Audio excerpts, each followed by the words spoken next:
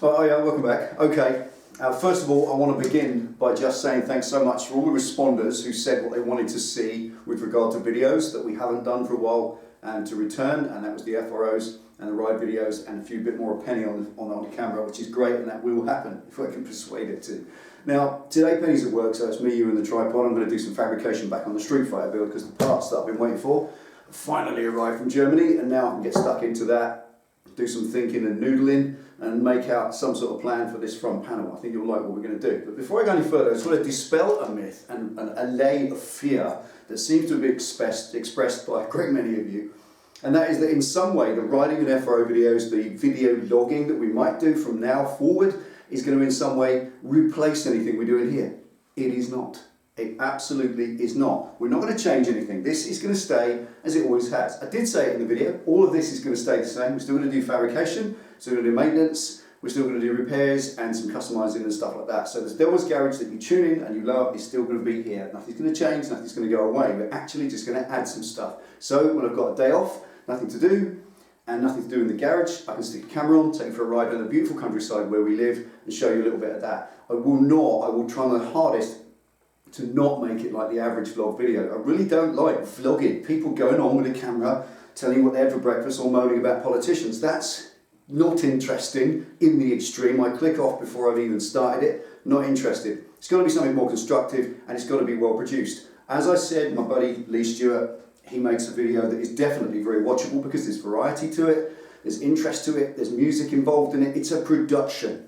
And I believe that every motor vlog video should be a production. There should be as much time and effort that goes into it, post and pre-production, as there is in any garage video or anything else you watch. To just stick a camera on, ride and then load it up is rubbish. And I know a great many of you do it, and I don't mean to offend, but honestly, work harder at it and you'll get more viewers. You just will. Right, now, that's that. I'm going to leave it there. Nothing's going to change. So I'm going to show you what we've got. We've got these panels arrived, and we're going to stick some plates on the wall that have arrived so it can increase the wall of friends. When that's done, I'll come back and I'll show you exactly what I'm doing on this, and I'll show you what we've had arrived all the way from Germany. Welcome back to Delboy's garage.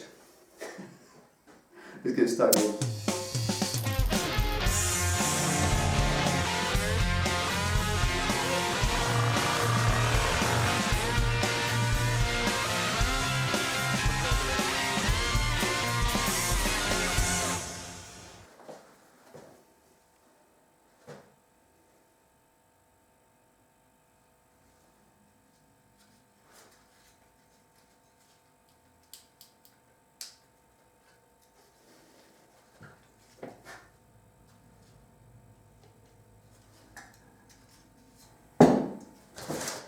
Right, okay, so what are we on about? Now this whole business of the front panel made that thing kind of cool, but not really. I think that would spoil it. It's too flat, it's too square and choppy. The tank itself on the bike is rounded and curved. It kind of needs something a little bit better. So I had to think about it. I saw something on the net and got this spark of idea. It may not work, it may be complete rubbish, it may end up going in the scrap, but I had to have a go at it. I had to try. I had to have a see what it looked like. So what it involves is, I'll show you what I've got. This is what I thought. You're going to love this. This is intended for the front panel, the headlight front panel of the Fighter. I'll show you.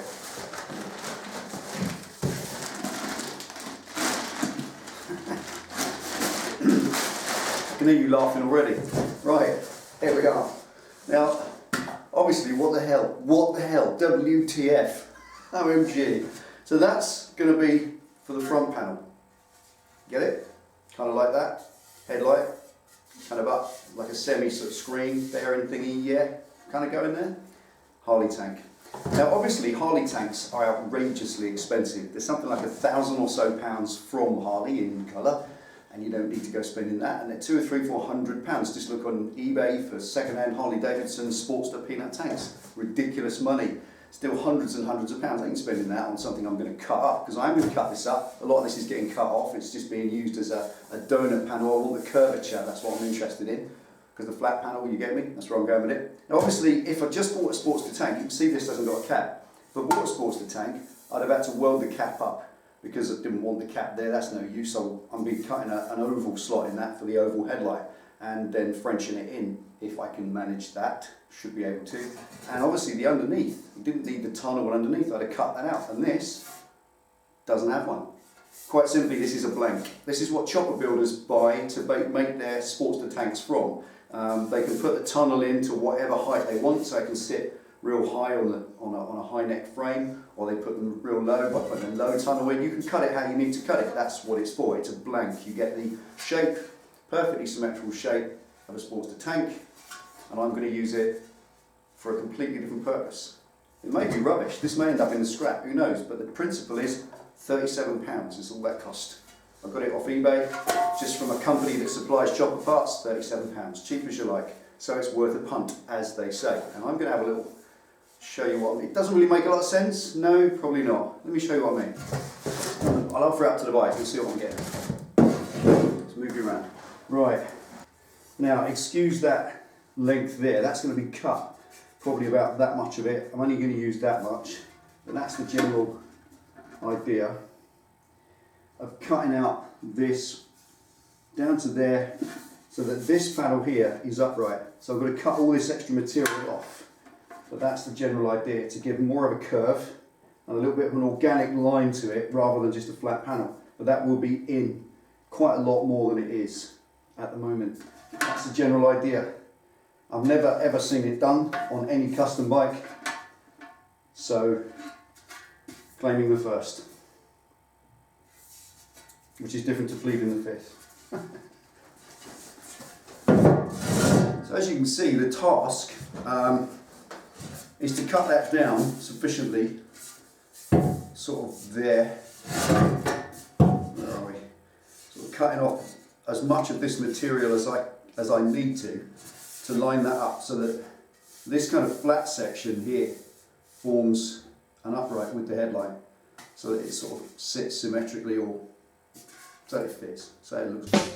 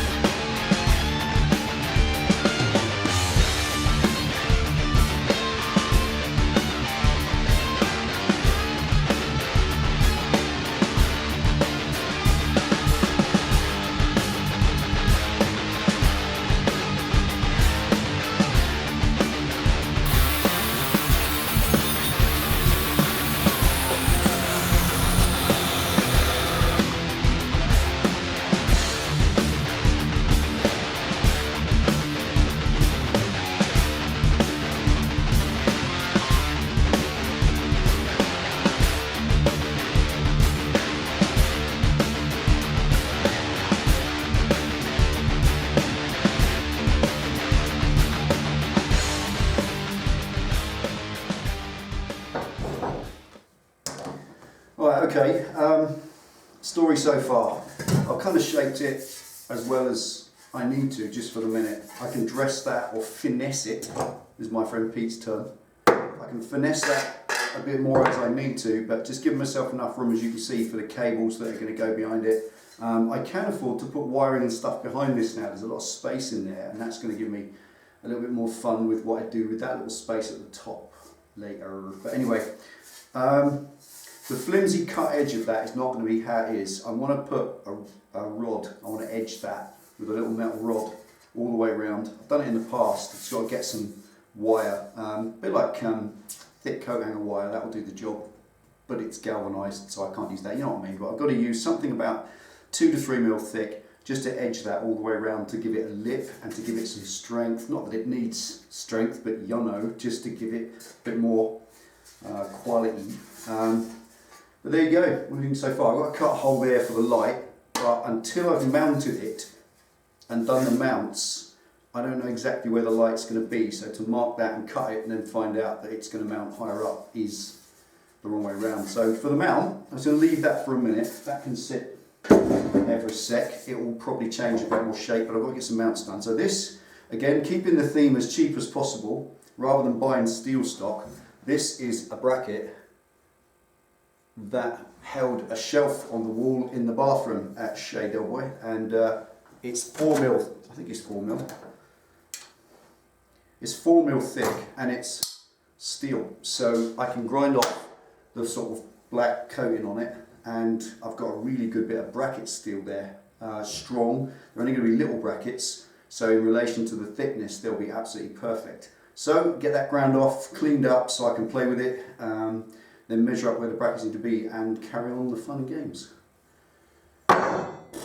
Let's keep going. Cup of tea. Right.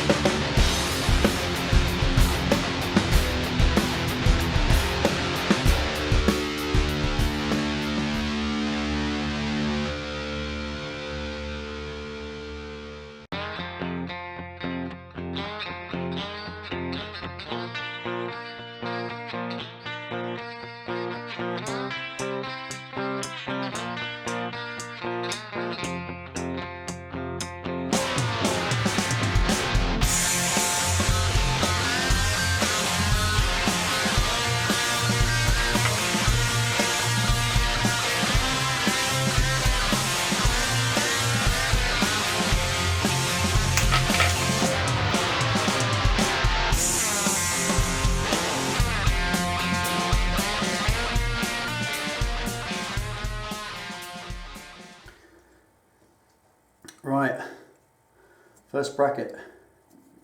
Ain't hard, is it?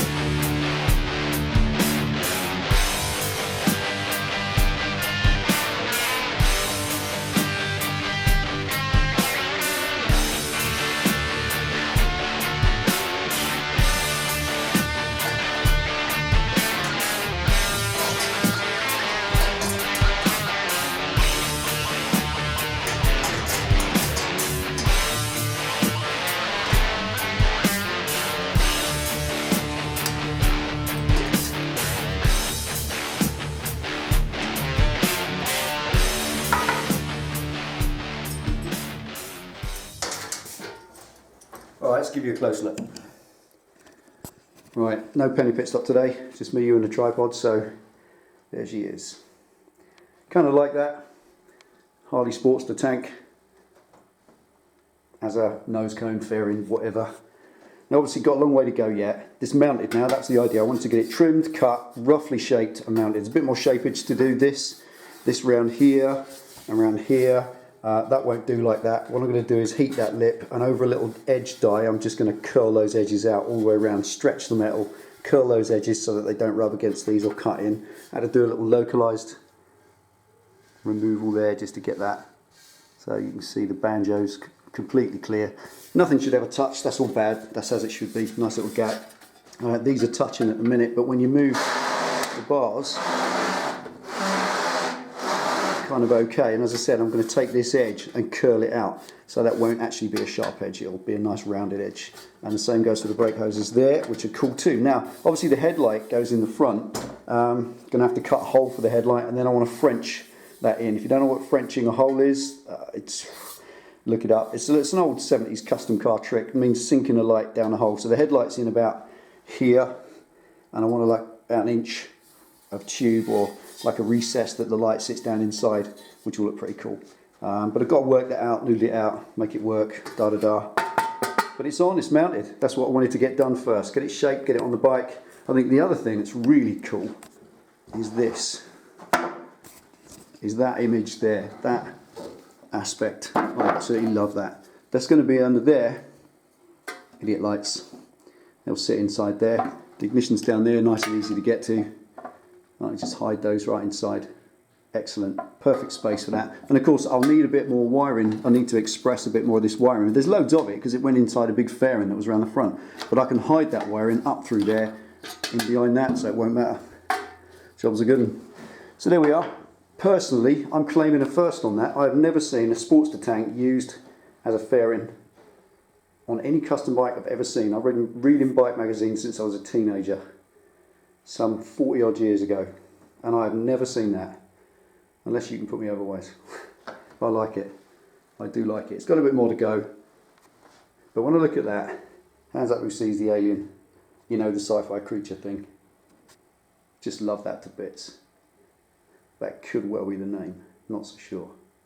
Gonna have to look into that a bit further. We will be opening the name up, or the naming thing, to the viewers, so you'll get a chance to suggest names for this when the time comes. I'm kind of like an alien at the moment. That's a little bit mad. Okay, I just want to say one more thing today on the end of this one, and that is about PPE. Oh, by the way, quick. 63 hours so far, 6.5 hours in the garage today. Came in at 10 o'clock, it's 4:30 now, so 6.5 hours at that. On, off, grind, cut, measure, twist. Oh, it's fantastic. I love that kind of thing, but it is time consuming. It's eaten an entire day. I'm going to go indoors now. I've got shower, get cleaned up, then I've got about 4.5, 5 hours editing, splicing, and get this up online before the end of today. It's Saturday at 4:30 PM. I'll probably have this up about 10 o'clock tonight, I reckon. By the time it goes, there's a lot of footage. I've got a 16 gig card, and this is an 8 gig card that's halfway through, so got a lot of footage to upload and get this done. So before I do any more, just a final point about PPE. Like I said, your personal protection equipment, personally protective equipment, call it what you like, your goggles, that sort of thing, take care of yourself. Honestly, you'll see me sometimes not put them on. I'm stupid, I know I should.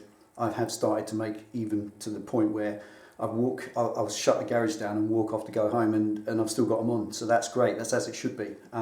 Forgetting that you've got them on is a good thing. You get one set of eyes, one set of hearing, why would you take risks with it? Honestly, once you've buggered it up through some careless mistake, it's gone, that's it, you don't get a second set. Imagine if you had a set of tools and someone said, that's your lot for life, you never get any more tools, that is it, that's all you're ever going to have for your whole life. You would take such premium care of them.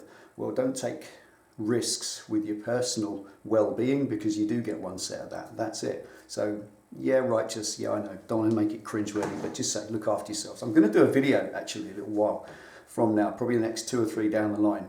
I'm going to do a video on PPE and also abrasive wheels. The use of abrasive wheels is a course. It's actually quite an extensive course. There's a lot to learn about abrasive wheels, so I'm not going to make it in depth, just the basics, just to protect you, really the safety side of it. Abrasive spinning wheels, grinders, cutters, discs, that sort of thing, you can do yourself terrible injuries with those things, you really can. I think they're no less dangerous than a chainsaw or a firearm. They really aren't. You can do yourself a mischief, you can kill yourself with that sort of stuff. So honestly, I do think it's worth it, and I will, in the near future, be doing a simple skills video, intermediate skills video if you like, on abrasive wheel use and PPE, because I think that's a wise thing to do in relation to what we're doing here. I can't keep doing all this project stuff, inspiring people to go out and get stuck in and do their own bikes without some word to safety. I think that's responsible and fair. Okay, so there we are, claiming a first, like I said.